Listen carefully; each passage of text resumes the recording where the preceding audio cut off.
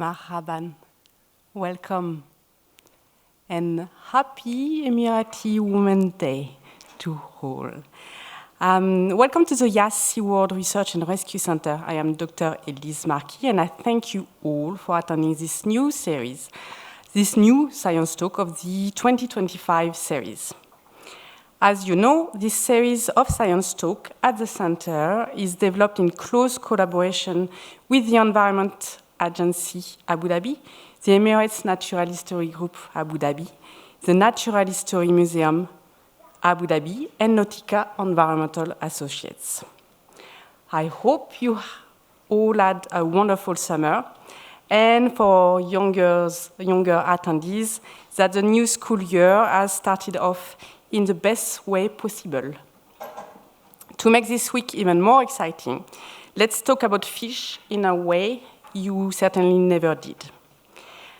Have you ever wondered if fish can catch a runny nose in winter or get a stomachache after eating a moldy copepod? Not me. Well, I just came up with this question, but I think they are a pretty good question. More seriously, how are the fish affected by polluted water, or are they affected by changes in their environment?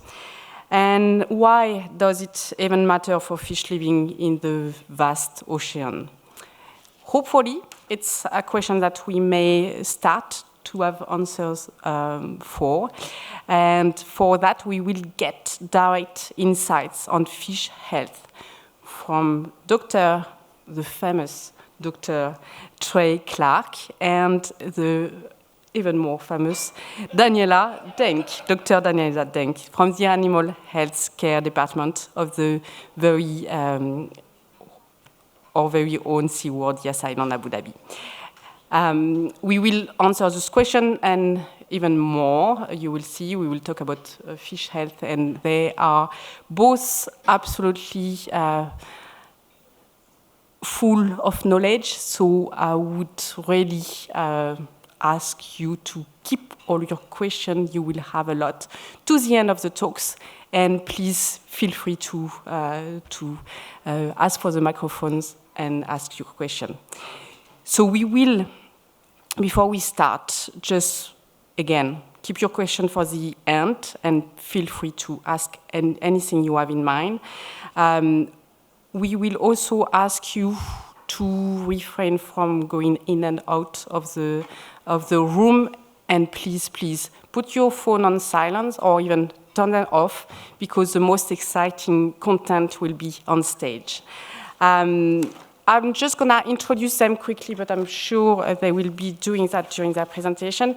And so I will start with Dr. Daniela Denk, who is our veterinary pathologist at the SeaWorld Research and Rescue Center and the SeaWorld Yas Island Abu Dhabi. She studied veterinary medicine in Munich and completed a pathology residency at the University of Liverpool, before spending 10 years with the International Zoo Veterinary Group. Since 2022, she's leading the pathology department here at SeaWorld Yas Island Abu Dhabi, and she's overseeing all the diagnostic across a wide range of species, obviously fish included. When we come now to Dr. Clark, Dr. Clark is our Animal Health and Welfare Director. So he's overseeing all the animal care department for the SeaWorld Yas Island Abu Dhabi and for the SeaWorld Research and Rescue Center.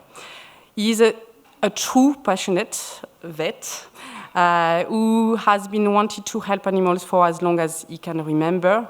And frankly, I don't know how many species he has been caring for, and maybe you don't know either. Yeah, but the list is impressive. So again, full of knowledge. And obviously tonight we will be focusing on fish. I will leave the stage because you're not here to listen to me. But Dr. Denk, do you want to come on stage? And there will be no transition between them two. they will do their own transition, and we will come back on stage just after Dr. Clark. Okay? Thank you.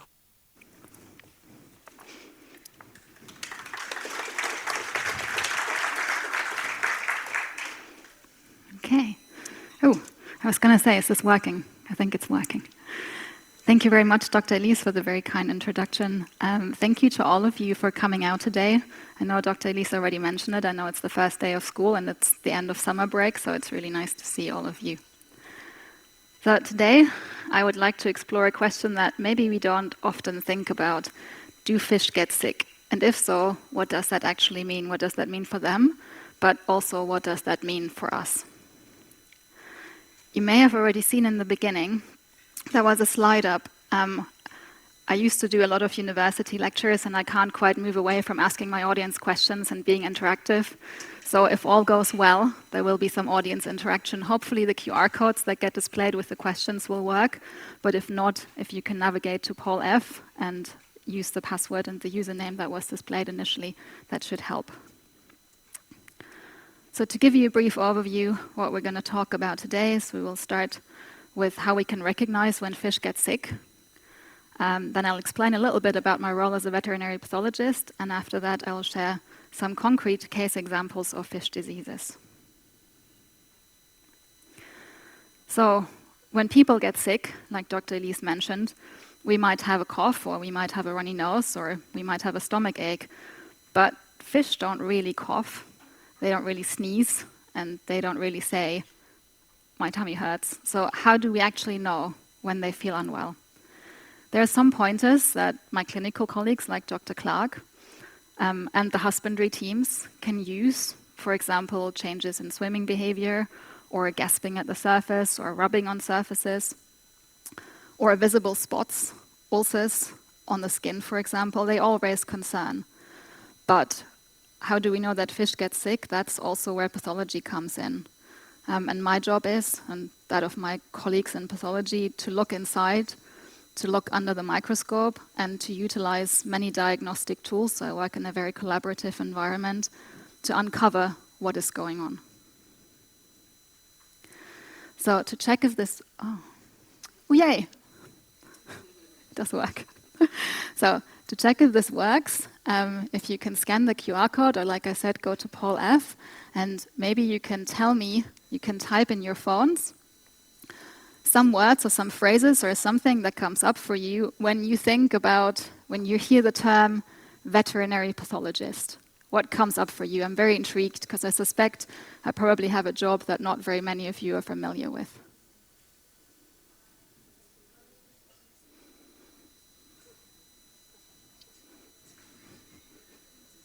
I see many confused faces. I hope this works. Oh yes, it does.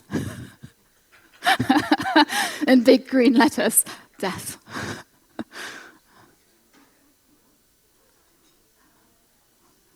I like all of those things. I like that person is in there. I'm glad you recognize that, this is the person doing these jobs. Close investigations. Okay, so let me tell you a little bit more about what it is I do on a day-to-day basis. A little bit more about the work of a veterinary pathologist. So my job is a little bit like detective work. I investigate what causes an animal to become sick or die, and I combine this with what I see on the outside, what I see on the inside, and also what I see often under the microscope. So you can see here, this is not a necropsy of a fish, so it is a necropsy of an animal that lives in the sea. So I will spend my time looking at carcasses, but I will also spend a lot of my time looking down the microscope and also working closely with the lab. This work really helps to protect animal health, and it also feeds directly into conservation. So as you can see, veterinary pathologists obviously do that for a whole range of species, but specifically as a zoo and wildlife pathologist, through the individual animal post-mortem, it doesn't just have an impact on one animal. It really has an impact on all the animals that we look after. So it helps us look at husbandry, it helps us to adjust quarantine, it can improve diet, it can even guide breeding programs. So pathology, like I said, doesn't just tell us what happened to an individual animal. It goes beyond that. It also helps us to understand pathogens, how things spread, environmental triggers, even the connection between wildlife, zoo animals, and people. And what I do really feeds into a much wider context as well by, for example, carefully archiving samples. We create an important scientific resource that can be used much past my generation. For example, for genetic studies, for taxonomy, for reproductive studies. We can also look at recurrent patterns. So, for example, nutritional stress. We can look at we can investigate environmental factors. And all that information can ultimately not only impact the individual animal and the outcome for that individual animal, but also, for example, conservation and policy. So now that you know a little bit about me and what I do and the bigger picture, let's focus on some concrete case examples. Specifically today, you're all here to hear about fish diseases. As you may know, fish come in many groups. So when you talk about fish diseases, you can really talk about very different species, very different diseases. And today my examples come from teleosts, so bony fish. That is probably what most of you are most familiar with. So, for example, a sea bass. From elasmobranchs, so these are sharks and rays.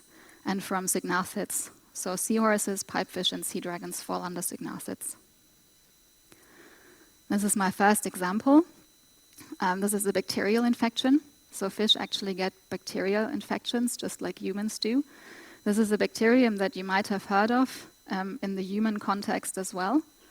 This bacterium, Mycobacteriosis, actually can infect fish worldwide. It's a very widespread organism in the aquatic environment. What you can see clinically, and Dr. Clark will tell you later a little bit more about clinical investigations in general. When we look at these cases, grossly, we can often see weight loss. We can see skin ulcers, we might see spinal deformities. And this is a disease that is very, very difficult to control. So that is a big challenge for us when we face that, especially in animals under human care. And like I said, you might have come across this disease in a different context. Mycobacteria are also the bacteria that cause tuberculosis, but this is a different strain of mycobacteriosis that affects fish. Some of you, especially those of you maybe that are hobbyists, might have heard of this disease. Let's see, just trying to get my laser pointer. There we go. Of this disease. Are there any hobby aquarists amongst you? Have you heard what this is called? Do you know the term for this? No? So should you be working a lot with your fish at home, and should your fingers ever look like that and you see a GP, you should definitely mention that you deal a lot with fish tanks. This is also referred to as fish tank or aquarium granuloma, and it can be caused by those same bacteria that can cause this disease in fish. The example that I want to use today is an infection of this disease in a pipefish. You can see what we've done here is we've opened the opercular cavity, so the flap that covers the gills. The normal gills don't quite look like that. They're much more uniform. They're usually uniformly red. What you can see here is you can see lots of miliary white foci. These are all granulomas, and that's what this disease causes in the gills of this specific animal. So I will, as a first step, I will do what's called a gross examination. So I will look at that animal macroscopically. As a next step, or maybe to actually go back a little bit, I can feed that back and we can actually see those lesions also clinically. So these are some images that here you can see one of my colleagues. He's not looking at that specific fish. As you can see, that's a much larger fish. And actually, Compson is here today. So you can see him in action here. You can see those same lesions when you put a little endoscope inside the gills. And what was white in the seahorse or in the pipefish that you have seen, or sea dragon, what was it? That you have seen, you can also see here in the blue-green chromis and then the Weber's chromis, they have darker pigmented lesions. So usually my next step, once I've looked at that fish grossly, I also want to look, as I said to you, down the microscope, and that can give me a wide range of information. So here, what I've done is we've taken tissues, and this is a routine part of our examination. We take the tissues, we put them on a slide, we put a cover slip on them, and we create what's called a squash prep or a squash cytology. So we create a very, very thin layer of that tissue that we can actually look down the microscope at, and we can see what's happening on a microscopical level. So in this case, from the spleen, for example, from this fish, it helped me to identify that there were clumps of immune cells very closely aggregated together. That already gave me an indication where I wanted to go and what I wanted to do. And we can employ additional methodology. For example, for this specific disease, we can employ special stains. So they can actually reveal the bacteria themselves. So if you look at this, at these clusters here, each one of those purple or pink stained organisms, with this special stain, they only stain specific bacteria, and you can actually see under the microscope directly the organism that has caused this lesion in this fish. Now, to back that up further, this already gives us a very good indication of what is growing on, but we can also work closely. We're very privileged. We have a beautiful lab directly within SeaWorld that gives us answers very, very quickly, and we can grow these bacteria. They take a special culture, so there is different culture media for different bacteria. These take a very specific medium that works for mycobacteria, and it can take a very long time for those to grow. So again, working hand in hand, I might be able to give a very fast diagnosis, but then the confirmation of culture might take a long time. And culturing this also helps us to be able to do, we talked about, how can we determine that fish are sick? What is it that we actually do? Which methods do we utilize? Once we have cultured this organism, we can preserve it, and it can also help us to run additional tests. So, for example, we can sequence it. We can use molecular methods, and we can identify exactly which mycobacterium species is involved. Or we can also use that culture, that organism that grows, to do antibiotic sensitivity and decide exactly in a very targeted way which antibiotic might help to treat that specific animal. Mycobacteriosis is an amazing disease. There is way more to say than I have, but just a little fun fact at the end. Like I mentioned before, this mycobacteria in fish are related to the same group of bacteria that cause tuberculosis in animals and humans, but in fish the disease develops much more slowly. And maybe you're interested in playing a little game and have a little quiz at the end of the bacterial section. So why is mycobacteriosis sometimes called a hidden threat in fish? What do you think? Is it because fish hide when they're sick? Because bacteria survive in water for months? Or because bacteria glow under UV light? And hopefully it works in the same way. You should just be able to continue with your quiz. I think it's working. 13 of you have already responded.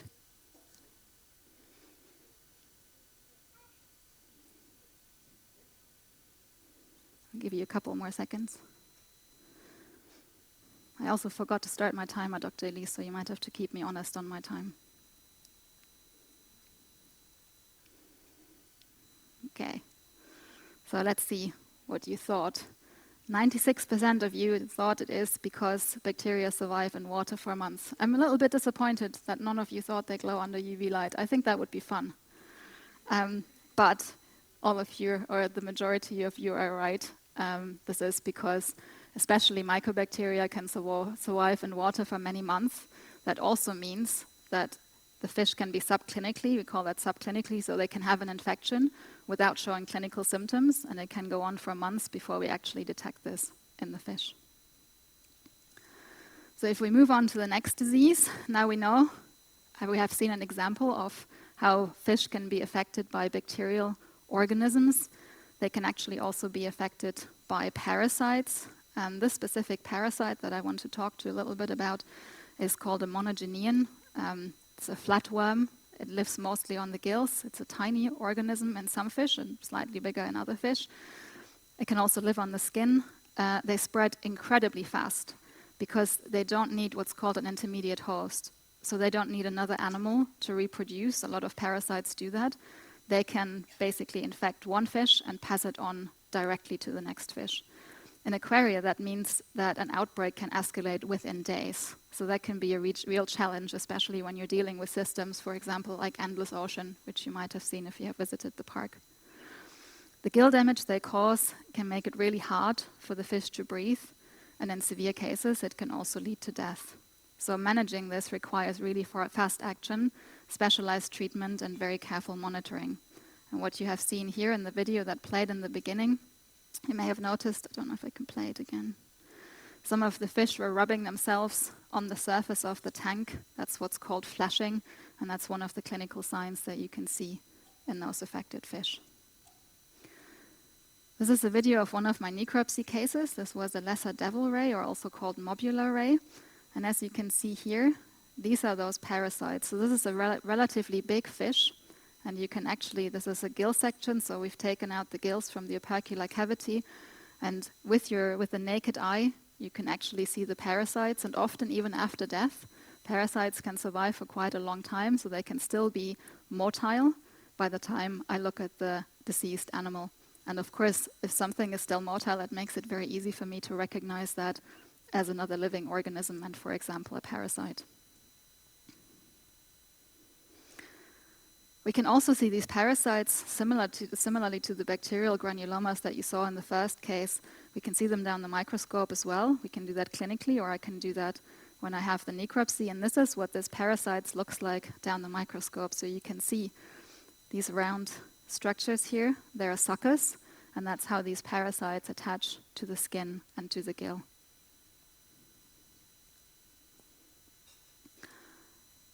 This is another, as you can see, video where you can see the organism moving.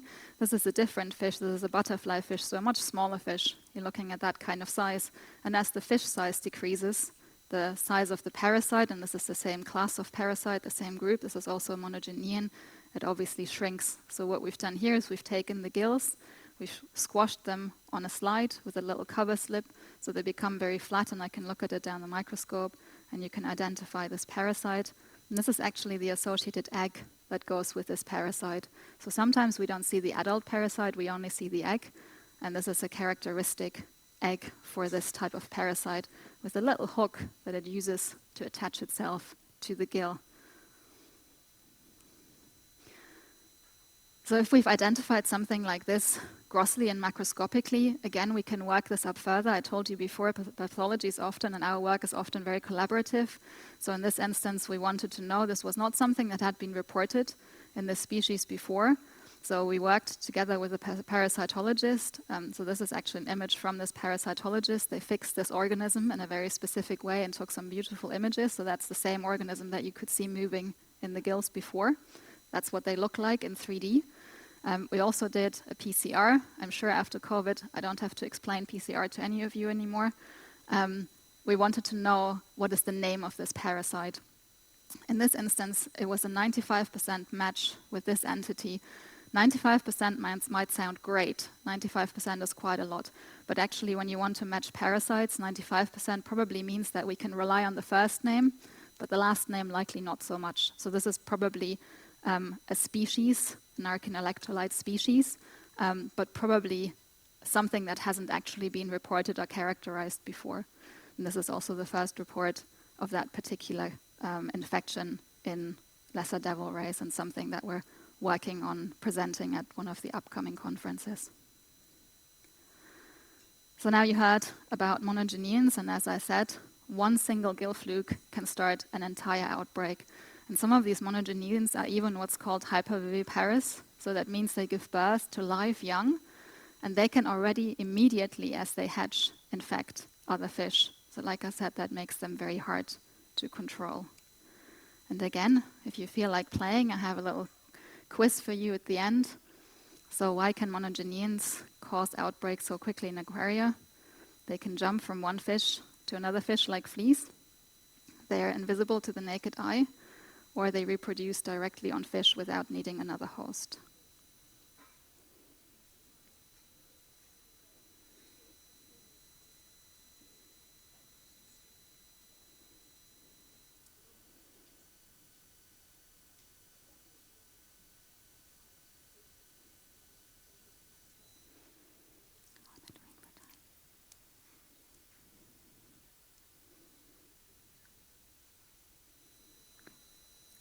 So let's see what you all thought. I love this. I mean, they really do jump from fish to fish, a little bit like fleas, I guess. They can be invisible to the naked eye, but the reason why they cause outbreaks so quickly is, like I say, they don't need an intermediate host, so they can actually directly produce directly on the fish without needing anything in between. So that's the correct answer for here. Then we come to my last example. Now you've seen fish can get bacteria, they can get parasites, so why stop there? As you can see, they can also get viruses. So my last example is a viral disease. It's called lymphocystis. It's called by an iridovirus. This causes wart-like nodules on the skin and fins. It usually doesn't kill fish, so that's good news for us. But it can spread very easily, and it's quite visible, which can make it a problem in aquaria. This is what something like this can look like on our fish. This is one of our cases from here, a blacksmith, and you can see these white, cosmetically unpleasant-looking nodules on this animal. Depending on where they are, obviously this can become a problem for the fish, especially, for example, if it covers over the eyes, if it covers over the oral cavity, and it impacts the quality of life. But often they can be self-limiting, so it means the fish's immune system can actually deal with them, and they disappear over time. To investigate this and to find out what that was, when I saw that macroscopically, I did what I showed you before, in this case from the skin. So I took a skin squash cytology, and I saw these massively large round structures of pretty big size for looking at it down the microscope. I stained that with a specific stain called DiffQuick, and you can see again these are the same cells. Now the fascinating thing about this is that this cell and one of these tiny cells is exactly the same cell. And that's what happens when this virus infects cells. It makes specific cells in the skin called fibroblasts, it makes them swell massively. And they can be hundreds of times larger than they normally are, and they can hold over 100,000 viral particles each. So to confirm this further, this was the initial microscopical finding directly from necropsy. I employed another tool that you saw me using earlier in the slides. When I sit at the microscope, I often read what's called a histological slide. So that's a very, very thin section of tissue that gets stained, and so you can actually see each individual cell. You can see here the skin surface, and you can see these massively swollen cells. You can see the nucleus of the cell, and within the cell you can also see what's called viral inclusion. So that's actually us looking directly at the virus. So as you can see, we get a little bit of everything, and like I said, for lymphocystis, one single cell can swell up to 100 times its normal size, and it can contain more than 100,000 individual viral particles. So it's a little bit like a viral factory, what's going on in those. And this is my last quiz to tie up. So why is lymphocystis often more of a cosmetic problem than a deadly one? Is this because the virus is a weak virus? Is it because the nodules rarely harm internal organs, or is it because the fish immune system destroys it very quickly?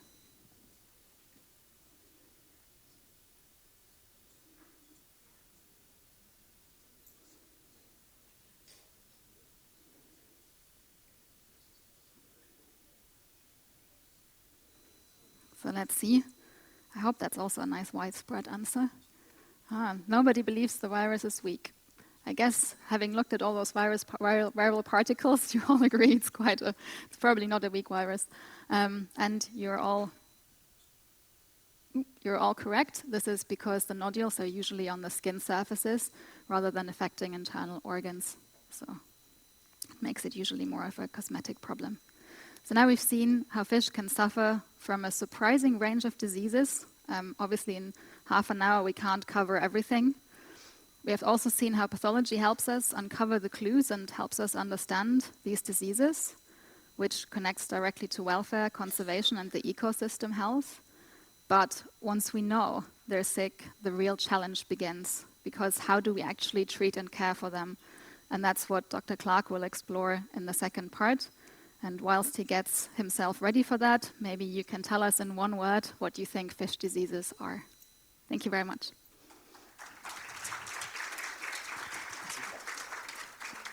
Right. So I have one question first to start it off. Is there any human doctors in here? Anybody? Anybody work on humans? Doctors? No? That's good, because what I'm about to say is going to offend some people. Human doctors only have one species to work on. It's us. That is it. If I only had to work on one species in vet school, it'd be so easy. I mean, look at this. This is our team. This is sheer determination. This is like Top Gun. These guys are fighter pilots. They're ready. It's Dr. Compson, Dr. Michaela, and Matteo, and our vet nurses. It's amazing. This is so cool. So kids, when you want to go to medical school or veterinary school, choose veterinary school. Come on, it's so much cooler. It's so much cooler. And then this picture right here down to the left is probably one of the coolest things I got to do. That's actually the O-Search boat. Those are the guys that go out and catch the great white sharks and tag them and find out a whole bunch of research. So I got to go out there, and that's a large female tiger shark. So that's a man killer. Those sharks can actually hurt people. So really cool. Got to put some tags on them, get a lot of blood, and do a lot of research and find out more about them. So, kind of like what Danielle started with, I'm going to talk about how did we get here? How did I get to where I'm at? So, I'm going to talk the American version, because that's where I'm from. There's, in other parts of the world, there are different ways to get this, or different educational structures. But for us in the U.S., what we usually do is at 18, after we finish our high school development, we go into undergraduate or university, and that's usually 4 years, and you get your bachelor degree. That's typically, you can do it in science. I know veterinarians that were psychologists or something completely different, but usually get your bachelor's degree in something. And then after that, we get accepted into veterinary school, right? So just like we get the same type of training as a doctor would, as a human doctor would, we go to 4 years of veterinary school, and with that, we actually we don't necessarily learn all the zoo stuff. We learn about dogs and cats, horses, cows, pigs, goats, camels sometimes either. And that's because those are the typical animals we generally look at. So if you guys were going to take your dog to a veterinary clinic or a cat, that's generally what we're looking at, and that's the most we know about animals, right? So we know a ton about dogs, we know a ton about horses, know a ton about cows. So after that, we're a veterinary doctor, and that's what we can do. But after that, we can also specialize. So we can do internships. You can get specialization in surgery, in ophthalmology, anything of human doctor you guys can think of. The same happens analogous to veterinary medicine. So for me, I worked right after I graduated, I worked in private practice. So I worked in a dog and cat clinic, right? I worked in there for about almost 2 years.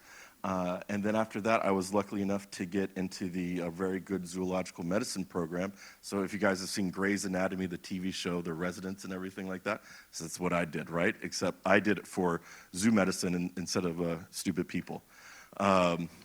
So that's a 3-year program where we learn everything, right? So we're learning about fish, we're learning about sea lions, rhinos, everything you name it. And after that, the goal is to become just like Danielle is. She's a specialist, right? So I'm a specialist in zoological medicine. So I'm a diplomat of the American College of Zoological Medicine. Danielle is a diplomat in the European College of Pathology, ECZM. No, yes, I'm close. I know some acronym, but she has the same level of that in pathology. And by the way, those are the 2 hardest tests to pass in veterinary medicine because you have to know every single thing, and they test you on every single thing. So like I said, we learned everything from elephants to leopards to cats, and then this is kind of a really cool thing I got to do. So what do you guys think that is? It's an elephant, right? What are we doing? We're actually anesthetizing this elephant, which is a pretty big deal. This is an adult African bull elephant that developed bilateral cataracts, so it became blind. So just as we get older in age, this is an older male, he became blind and actually kind of suffered. He's just kind of down and out, so we decided to do cataract surgery. So how do you do cataract surgery in an elephant, right? How do you anesthetize an elephant, which is a pretty big deal. Let me tell you, one thing in zoo medicine, we can't just Amazon stuff for an elephant anesthesia machine. So we have to come up with so many different ways to come up. Some of the Americans will know this, or some of the elder people know this. We have to MacGyver everything. There is no book for what we do. So what we do is, so that's in this top left picture, that's me with my entire arm down its mouth to intubate it, so put a tube down its throat so it can breathe. Well, how do we get the animal to breathe that big? Once again, there's no anesthetic machine that can breathe for it. So what we came up with is we're actually using an electrical leaf blower in that top right, and we put an oxygen hose into it. And so every time the animal takes a breath, we turn on the electric leaf blower, and we insufflate the animal, and the animal breathes. And then it goes back down, and then we repeat. So that was my job during this thing, and it was really, really cool. And this picture just kind of shows you the enormity of what we were doing and how much of a team we all have to play. We're such a team-based operation because you can imagine everything needs to work, down from the trainers, the keepers. We had our veterinary nurses working on this, our veterinary ophthalmologists that came in from one of the vet schools that were working on it. So we had probably over 50 people, and we were planning for this for about almost close to a year. And we had to do both sides. So people ask, what side did you start on? Whatever side the elephant laid on. That is literally the side we worked on. And then when it came to the other side, that was interesting too, because there's no way you can move an adult bull elephant. Trust me, we had 20 people on a rope trying to move this guy. I thought I was strong. No. We actually had to have a hoist, lift him up, and then flip him over. And then another cool thing, and once again, guys, veterinarians are so much cooler than human doctors. Come on, can you get to do that? Yeah, so cool. Another cool patient I had was a sea turtle. So this sea turtle, this is an adult loggerhead turtle that came in, and we called it Ocean's 11. So if you can see in the top left picture, this animal got in a fight with a boat and severely lost. So unlike the stories and things like or the cartoons you see that turtles can come out of their shell, that ain't true. Their shell is intrinsically incorporated into the body, and their skull and their vertebra is part of that shell. So this guy had cracked its entire shell, and you actually could see its lungs breathing in and out. And we actually had to put, we called him Ocean's 11 because the movie came out, but we actually put 11 orthopedic screws to put some of the shell back together again. And we had to take out a ton of necrotic tissue, but after 2 years of pretty intense therapy, this is what this animal looks like, and we're able to return it back out to the wild. So it was an awesome, awesome story. Turtles, I love because they want to survive. I've had turtles with holes in their head, and they do it. Rabbits, horses, they get a little cold, like, I'm going to hurt, I'm going to die, please don't touch me. Turtles, I love them, they're awesome. So, a little bit about what we do here. I am lucky enough to lead an amazing team here. We have 32 people on our animal health and welfare team, and that is from the veterinary nurses, our laboratory technicians. We have a world-class laboratory here that Dr. Danielle was speaking about.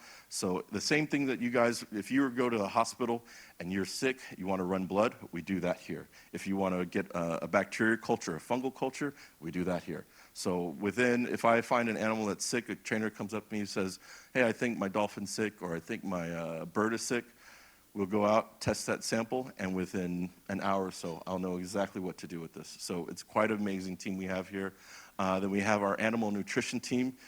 Remember, everything that you see here has to eat. And so we have underneath us, we have a large, massive freezer that's 2-story tall that has all our frozen fish. We get tons of produce every day that feeds all the different types of mouths that we have here. And then, of course, we have our veterinarians and our pathologists that take care of this. And once again, we have 32 people. I call ourselves the UN. We have 32 people on our team. I think, 24 countries represented. And these are experts from all over the world. So we are definitely the UN. It's such a cool team to have. And it's fun being a part of it. So the question comes to, what can you do with a fish? As you guys are learning, we can do absolutely everything. Everything you guys think you do at a normal hospital, we can certainly do. Sometimes we have to, once again, MacGyver it or come up with some cockamamie way to figure it out, but we get there. So we can do antibiotics, we can give antiviral drugs, we can do surgery on a fish, and I'm going to show you how we do that. We can also do x-rays, ultrasounds. One of the first animals that went in our CT machine was actually a fish. So we can do that as well. So I'm going to get the next part of this lecture is I'm going to show you a bunch of cool pictures and a bunch of cool cases. So there might be a little blood in some of them. If the little kids are squeamish, don't worry, it's okay. Everything's all right. So this is some of the cool pictures that we have. So once again, we can do surgery on fish. So what do fish breathe? They breathe in the water, right? So they take in the oxygen that's within the water, and that's how they're breathing. And just like we're breathing air, they're breathing water. So how can we do surgery on a fish? We actually can use a drug that's put in the water. It's one of the most common drugs is tricane methanosulfonate. It's actually related to lidocaine or cocaine, so I don't recommend taking this to the airport. You will get tagged.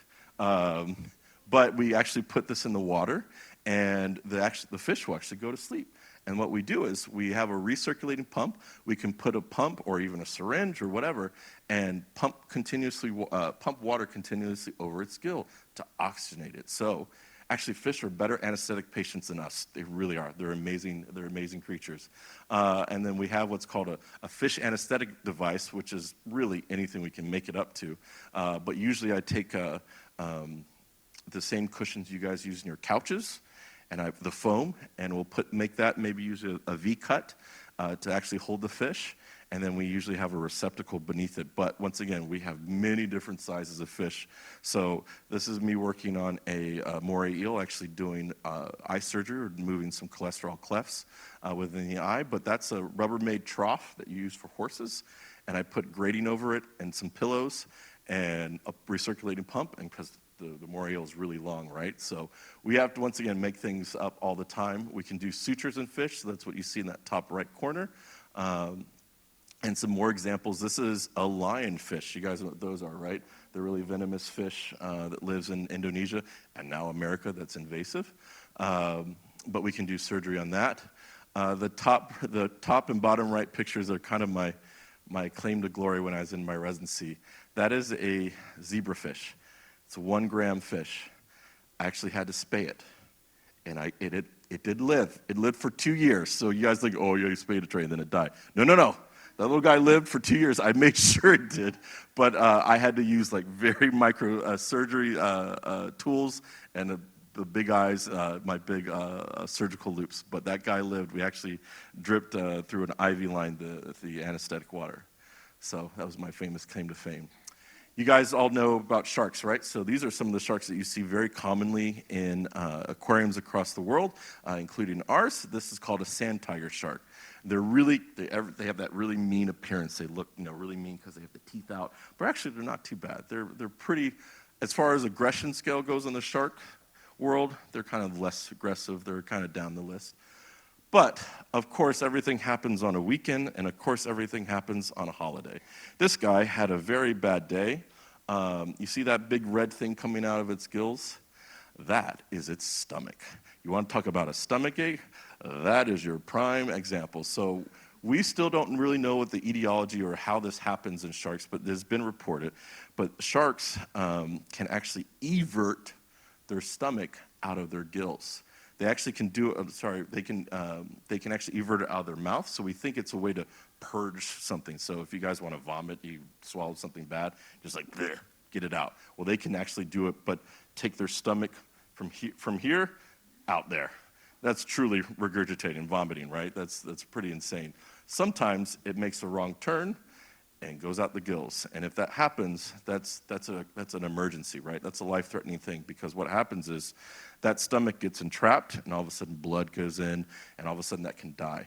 So it was really, of course, happened on the weekend, and so we had to anesthetize the shark to work it out, to see what we can do. We tried many, many different things. Once again, there's no book for this. We tried using sugar to actually reduce the size of it. Once it was anesthetized, we had myself pushing from this part of the gills. The stomach through the gills, and then I actually had my other resident mate going through the mouth to try to pull it that way. That didn't work. And then what we had to do is we actually had to make an incision in the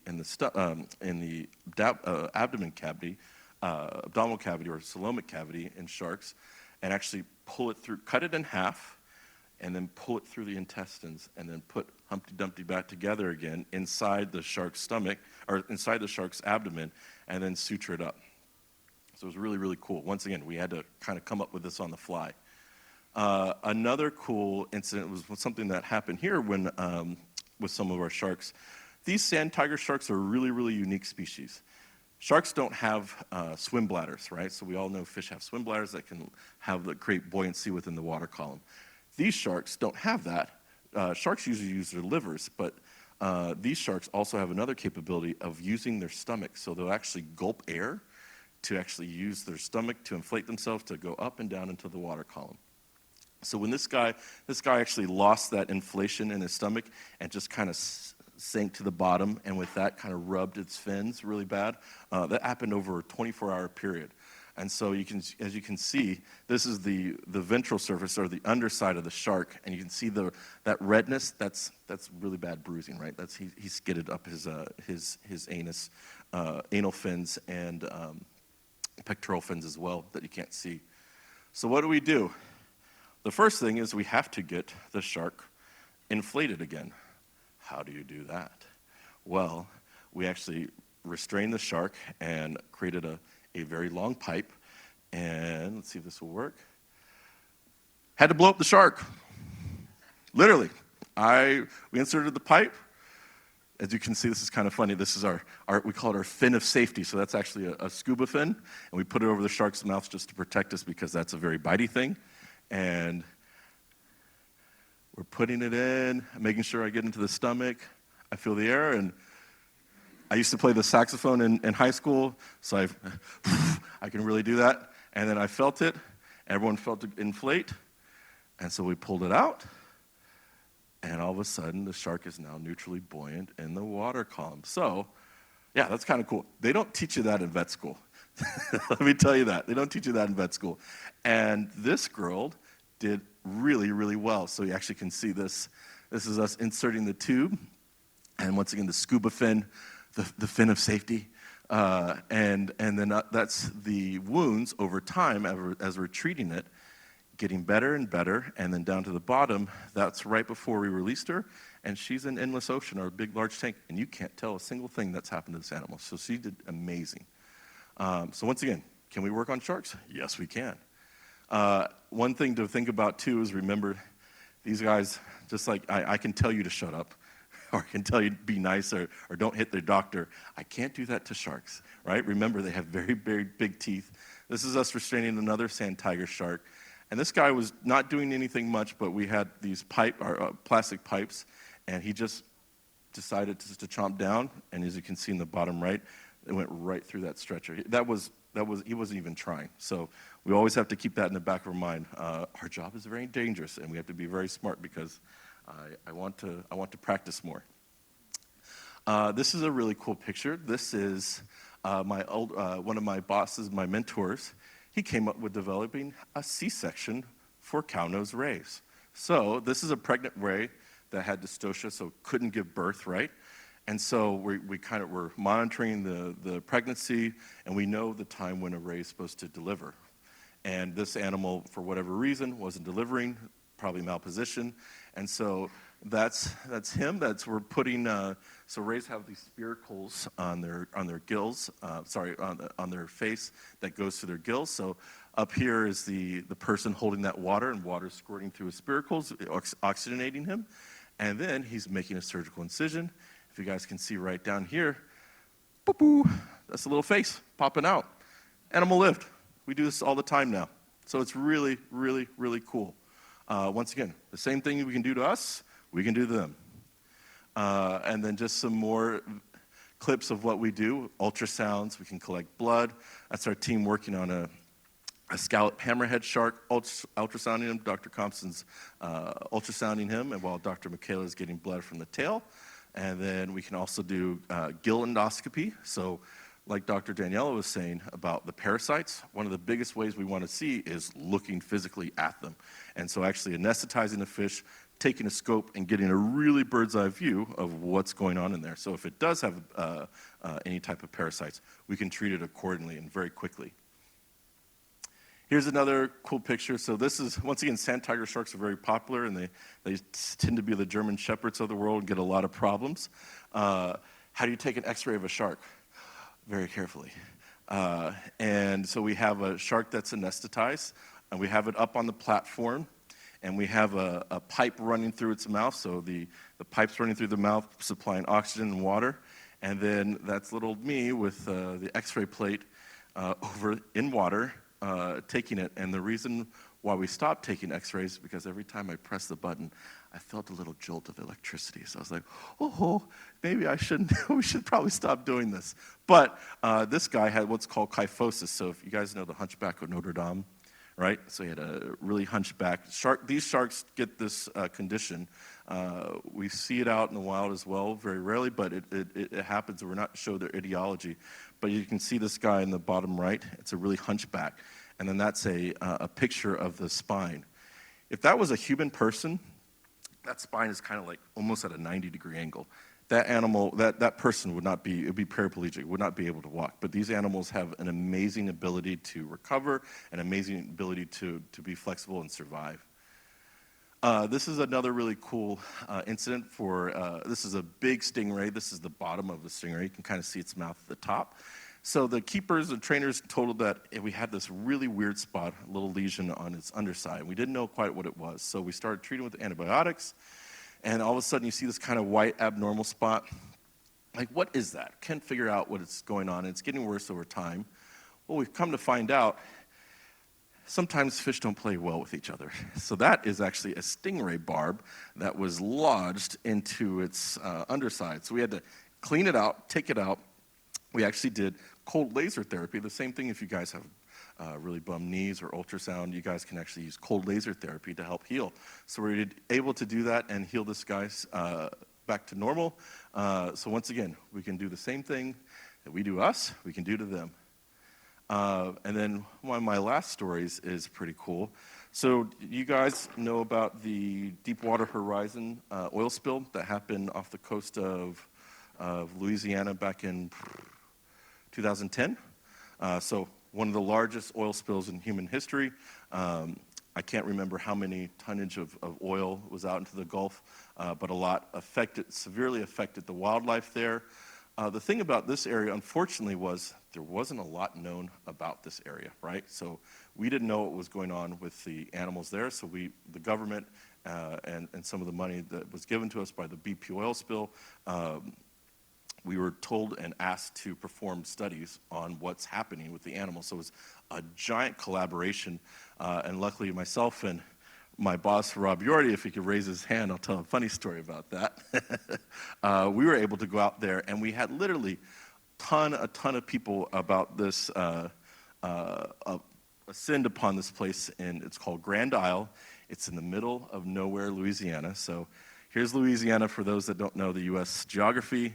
That red state, and then go further down all the way out, almost a little bit off in the Gulf of Mexico. And you guys have seen Deliverance, like, where there's a lot of country people or rural people will say. I say that friendly enough because the best restaurant on the island was called Joe Bob's, and it was a gas station.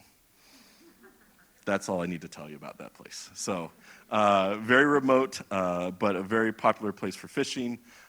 So we had literally dozens of scientists, veterinarians, every realm of scientific research. Researchers came in to ascend upon this to help study what happened to the dolphins in this area, right?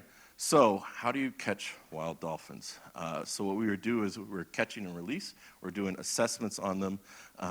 We're doing ultrasounds. We're doing many different things. But we actually used an ex-fisherman, had a modified boat, and what we do is we take a net. You guys can see in this top left picture out here. We would identify a group of animals that we wanted to ascend upon. We obviously wanted to make sure that we didn't work on a group that has small babies or things like that. So usually adult pairs, only 2 usually at a time. And then once we identified the animals that we'd go in, this fisherman would go, this boat would go in, make a big giant circle around the dolphins, and trap the dolphins in this what we call the compass, in this net. And who thinks that dolphins are smart? They are sometimes. See this float line? Everyone has seen Flipper. They jump over everything, right? No, the dolphins don't jump over that. They think it's a barrier, and so whatever. The dolphins are smart sometimes. I'm here to tell you. And so we're able to encircle the animals and quickly and safely grab them.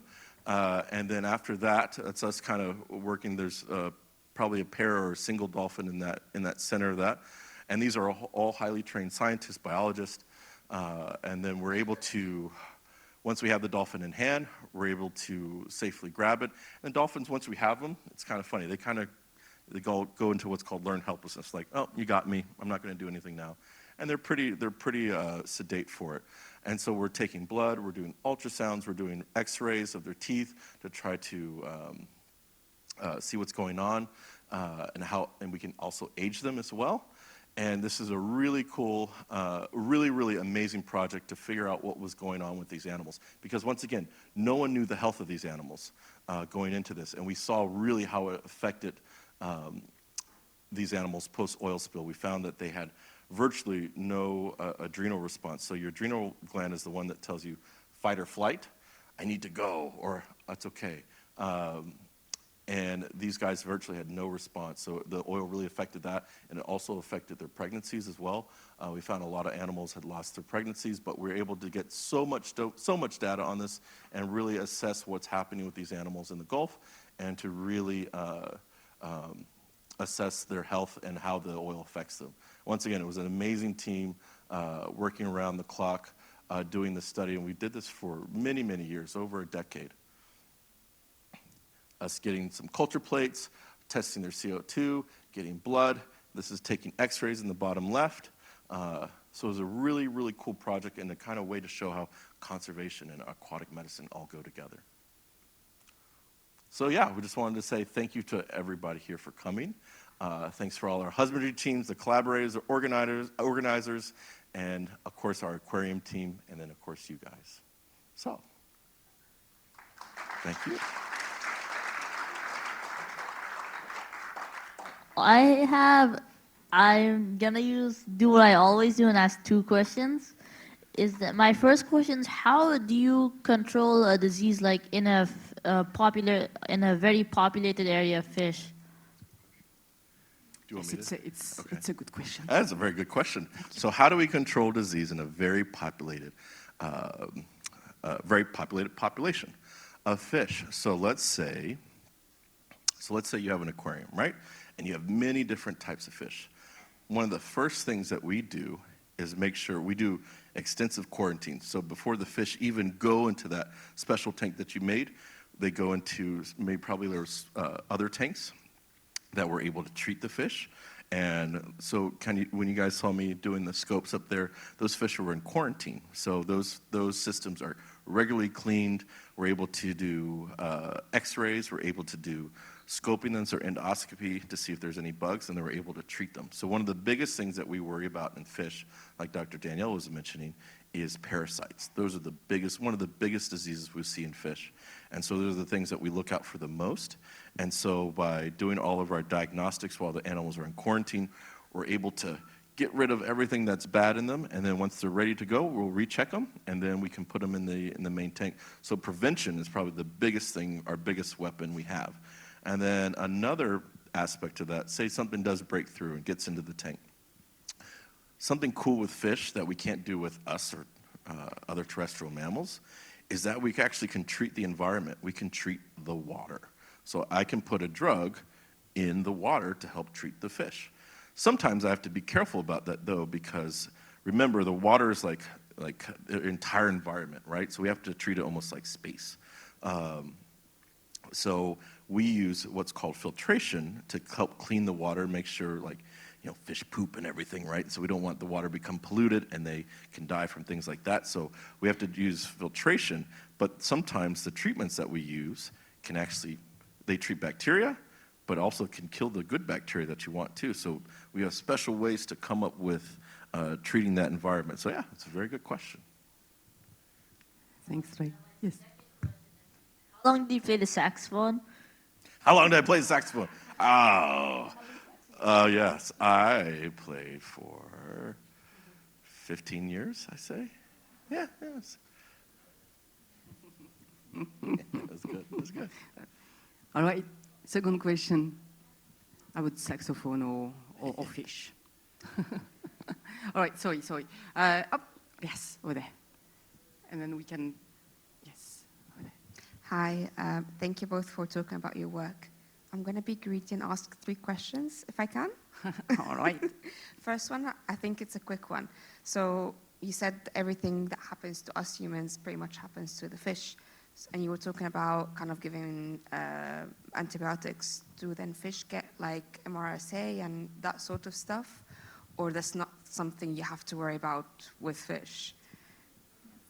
I also really like that question. We worry about that not only in fish, we worry about that in all the animals that we treat. If you remember, when I said in the beginning what we do also feeds into conservation and it feeds into One Health, our ecosystems are very closely interlinked. And what we often see in our animal populations is, I don't know how much you know about antibiotic sensitivity. It's a very important topic. It becomes more and more important every year. The same species of bacteria that affect us, the same species of bacteria that affect fish, the more that we treat, the more that we use antibiotics, the more that we have the potential to create organisms that you refer to as MRSA. I don't know if all of you know what that means. It means that an organism is no longer responding to the majority of or all of the antibiotics that we can potentially use. I think it's very interesting that when you do some research, you can actually find those organisms even in animals that come in from the wild. So they've never been treated with antibiotics to our knowledge, yet you can find organisms that do not respond to any antibiotics anymore. So we worry about that a lot because we want to treat our animals responsibly and we want to make sure that we don't contribute to creating those multi-resistant strains that potentially, if then a human catches them or another animal catches them, we are out of options, so we cannot use normal antibiotics anymore. We have to use creative methods, or Very creative. we might not be able to treat. So yes, we definitely worry about that, and we try and act accordingly. And like I showed earlier, we will, for the majority of our treatment decisions, wherever we can, we will rely on sensitivity testing first. So to actually check what antibiotic does the organism respond to and what is the appropriate antibiotic to use. Thank you. Second question. So, sorry, I'm going to talk to you, Daniela. You're talking about the parasites.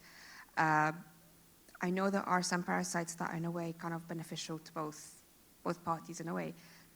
Do we see that in aquatic animals, or is that more of a land animal kind of thing? What was the question? Was it, do we see? Do you see kind of mutualism relationship? Yes, yes, we do see mutualism. Some species of parasites are independent to that maybe taxa of animals. So we usually think species-specific parasites, but sometimes we find animals that or parasites that even the book says they're species-specific, but they actually might infect a lot more other things. So we certainly do worry about that. Yeah. Thank you. And Daniela? Yeah. You want to? Yeah, if I may. I think this is a super fascinating topic because we always think about parasites as harmful. But actually, a lot of parasites live in symbiosis with their host, so they're actually meaningful parts of their hosts. And unless something happens to the host, where the host has, for example, a different underlying disease or other problems where that means that the parasites and the immune system don't quite match anymore, they get out of balance. Unless that happens, actually the parasite and the animal live quite happily together and sometimes almost need each other. So a parasite doesn't always have to be something that we need to treat. Obviously, we have to think about that though when we talk about animals under human care, sometimes we have to think slightly differently because the conditions are different than when you think about the ocean. Also, I would be very interested to know what you do for a job. I used to study biology at university, but maybe that's why. All right. Sorry, final Thank one. you. I We promise. will.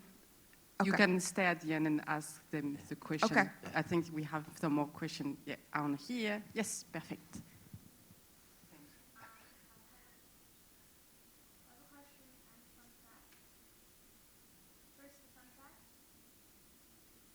What's your fun fact? Yeah, we can hear you. The thing with sharks, frogs do that. They also they also flip their stomachs inside out. Sometimes they do. Instead Yeah, of certain puking. species can do that. Yeah. Yeah, it's And they- frogist, by the way. And frogs actually use their eyes sometimes to crush their food. Did you know Okay. that? Yeah, Yeah, I it's knew kinda that. cool. Also, did you And what's your question? ever deal with shark cancer because they can get cancer?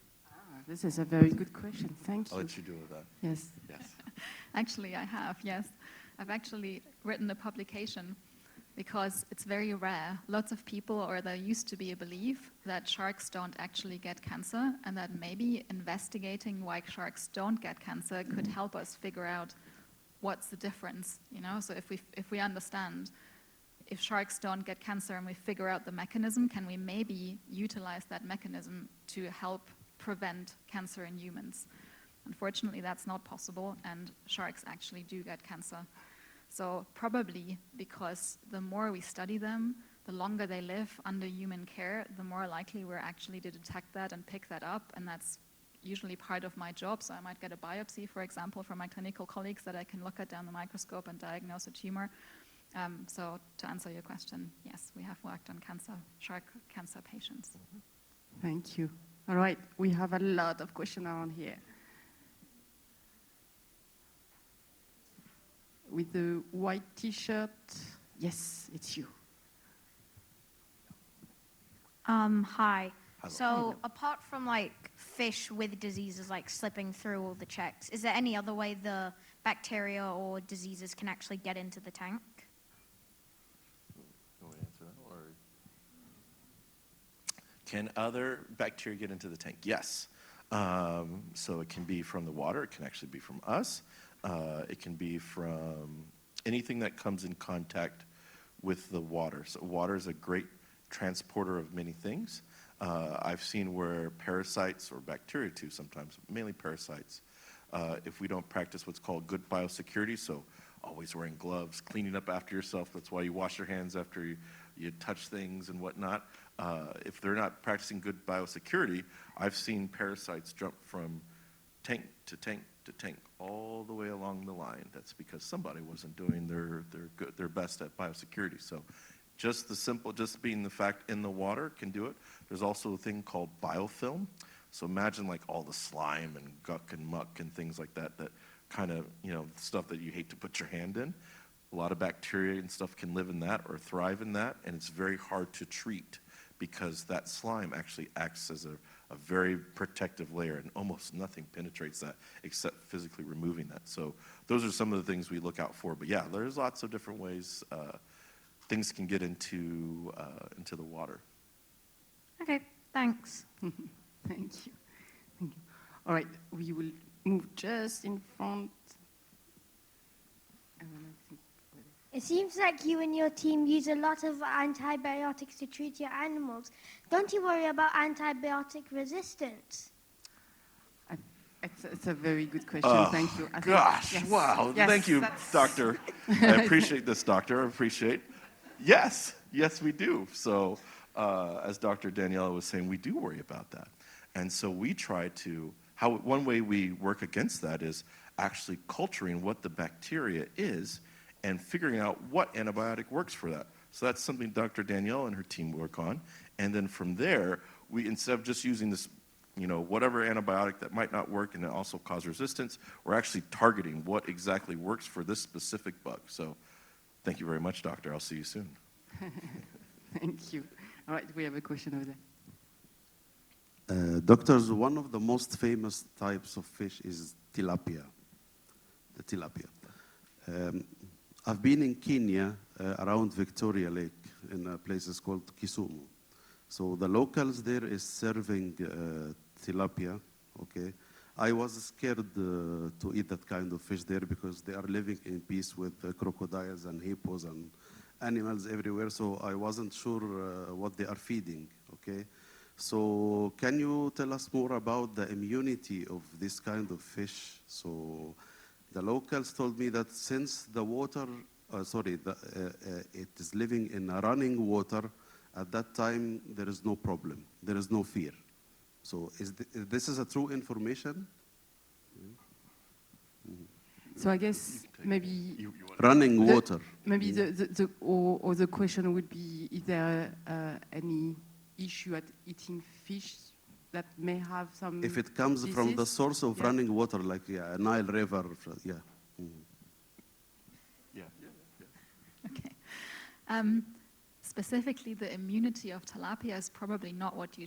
This is maybe more a question of food safety than the immunity of the fish. Obviously, the better the environment of the fish, the better the fish health, right?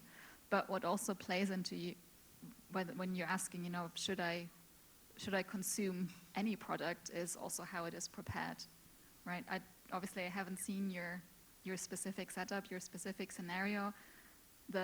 Whether it's running water or standing water, because you have many different fish species that need either, doesn't actually influence the immunity. It's more things usually like stresses. So for example, environmental pollution or a high burden of organisms in the environment that cause a decline in the immune system of fish.